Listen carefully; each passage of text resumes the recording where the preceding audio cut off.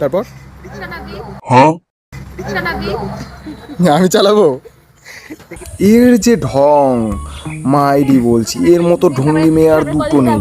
হ্যাঁ তারপর বল বল তারপর টোটো নিয়ে কলেজে। হ্যাঁ ঢঙ্গি মেয়ের ফালতু বিজনেস আইডিয়া।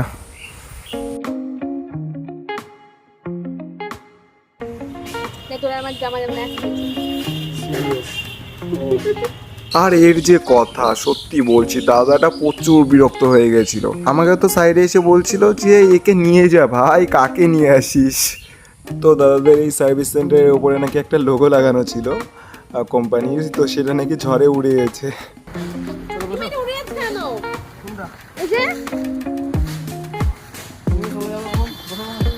কোথায় ঘুরতে যাবো? আমার স্কুটি নিয়ে চলে গেছে আমাকে ছাড়া। আই তাড়াতাড়ি আসবা। তারপর আবারও চলে গেলাম ফাইনাল টেস্ট ড্রাইভে। আর এবার সব কিছু একদম পারফেক্ট ছিল, তো আর কোনো কমপ্লেন ছিল না, সব ঠিকঠাক করে দিয়েছে দাদাটা।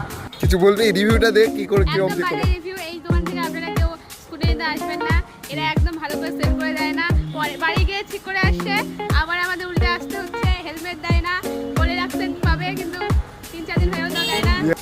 আমরা নিয়ে ঠকে গেছি। ওই হেসে হেসে রিভিউ কেন দিচ্ছিস? আমরা নিয়ে ঠকে গেছি। কি করে ওকে ভালো লাগছে। তো দাদা রিভিউটা বলো, এরকম কাস্টমার আসলে কি কত কত চাও? আমরা চাই আমি যেন আসি। ভাই কি স্ট্যান্ড করেছে? কেন ভাই তোর স্কুটিতে স্টার্ট কর। এই কি স্ট্যান্ড করে দিয়েছো? ওটা না আমার স্কুটি আমার। নকশা করিস না, তাড়াতাড়ি চল। কেন হচ্ছে না গাইস? ডবল স্ট্যান্ড করা, ও সেটাই নামাতে পারছে না, এ নাকি স্কুটি চালাবে। না বলে আমি হেল্পার নিয়ে এসেছি, এই যে আমার পার্সোনাল অ্যাসিস্ট্যান্ট। অবশ্যই স্কুটিটা নেওয়ার পরে আমাদের এক্সপিরিয়েন্স খারাপ হয়েছে, কিন্তু তাতে ব্যাড রিভিউ দেবো না, কেননা সার্ভিস সেন্টারের কাজ দেখে আমাদের খুবই ভালো লেগেছে।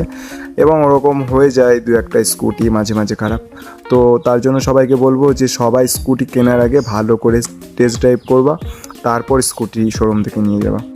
এদের এখানে কিন্তু অনেক কম দামে খুব ভালো ভালো স্কুটি পাওয়া যায়। বুনিয়াদপুর বংশিয়ারি যে ব্রিজ আছে, ব্রিজটা পার হয়ে হাতের বাঁ দিকেই ওদের সার্ভিস সেন্টার অ্যান্ড শোরুম। তো চলে এসো, কে কে স্কুটি নিতে চাও নতুন নতুন। ব্রিজ পার হয়ে একটু এগিয়ে লেফট টার্ন নিতেই তোমরা দেখতে পাবে এরকম একটা কবিগুরুর মূর্তি, এবং এর পেছনে এদের শোরুম অ্যান্ড সার্ভিস সেন্টার।